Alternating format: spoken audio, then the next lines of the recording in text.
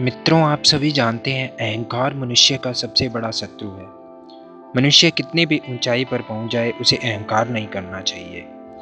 व्यक्ति को कभी भी अपने मन में ऐसी बात नहीं लाना चाहिए कि मैं ही सर्वश्रेष्ठ हूँ, मैं ही महान हूँ। तो आज की इस वीडियो में मैं आपको एक ऐसी ही धार्मिक कहानी सुनाने जा रहा हूँ।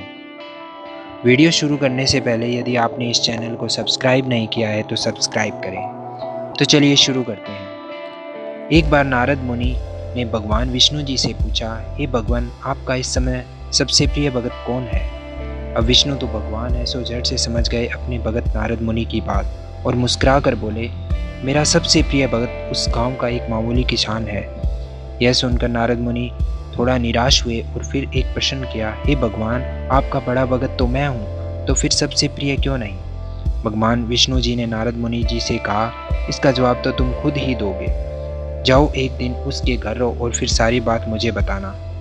नारद मुनि जी सुबह सवेरे मुंह अंधेरे उस किसान के घर पहुंच गए। देखा अभी अभी किसान जागा है और उसने अपने जानवरों को चारा दिया है, फिर मुंह हाथ धोए हैं, दैनिक कार्यों किए और जल्दी जल्दी भगवान का नाम लिया।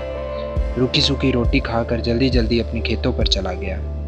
सारा दिन खेतों में काम किया और शाम को वापस घर लौटकर अपने जानवरों को अपनी जगह बांधा, उन्हें चारा पानी दिया, हाथ पांव धोए, कुर्ला किया, फिर थोड़ी देर भगवान का नाम लिया, फिर परिवार के संग बैठकर खाना खाया और कुछ बातें की और फिर सो गया।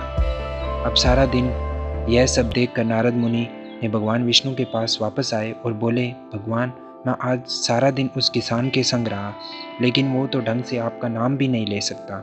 उसने थोड़ी देर सुबह, थोड़ी देर शाम को, और वो भी जल्दी जल्दी आपका ध्यान किया, और मैं तो 24 घंटे सिर्फ आपका ही नाम जपता हूँ। क्या अब भी आपका सबसे प्रिय भगत वो गरीब किसान ही है? भगवान विष्णु ने कहा कि अब इसका जवाब भी तुम मुझे खुद ही देना। और भगवान विष्णु ने एक कलश अमृत से भरा नारद मुनि को थमाया और बोले, इस कलश को लेकर तुम तीनों लोकों की परिक्रमा करके आओ, लेकिन ध्यान रहे अगर एक बूंद भी अमृत नीचे गिरा तो तुम्हारी सारी भक्ति और पुण्य नष्ट हो जाएंगे। नारद मुनि तीनों लोकों की परिक्रमा करके जब भगवान विष्णु के पास वापस आए तो खुश होकर बोले, भगवान, मैंने एक बूंद भी अमृत नीचे नहीं गिरने दिया।